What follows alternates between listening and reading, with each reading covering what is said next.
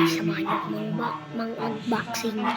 Wala nga pala yung dalawa dito. May sinundo sila. Pumunta silang airport. May sinundo sila dun yung hapon. Nga pala guys, may unboxing tayo. Ito guys. Ito. Kaganina guys, binuksan ko na.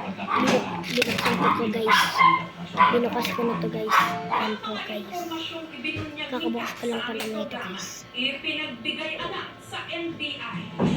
Yung dalawa guys, pumunta ng airport mission kasama nanay namin. Sa sinasabing apartment saan pinapatira ang mga donor. Sa muling pagbalik ni Kat sa apartment, meron daw siya napansin.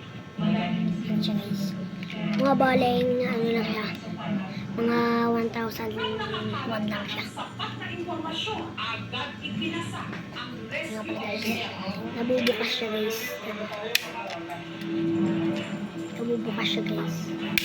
Pagdating sa subdivision, posisyon ang mga operatiba. Next video na lang. Ilang beses Subscribe kayo. Sana makita niyo yung video ko. Hintayin nyo lang.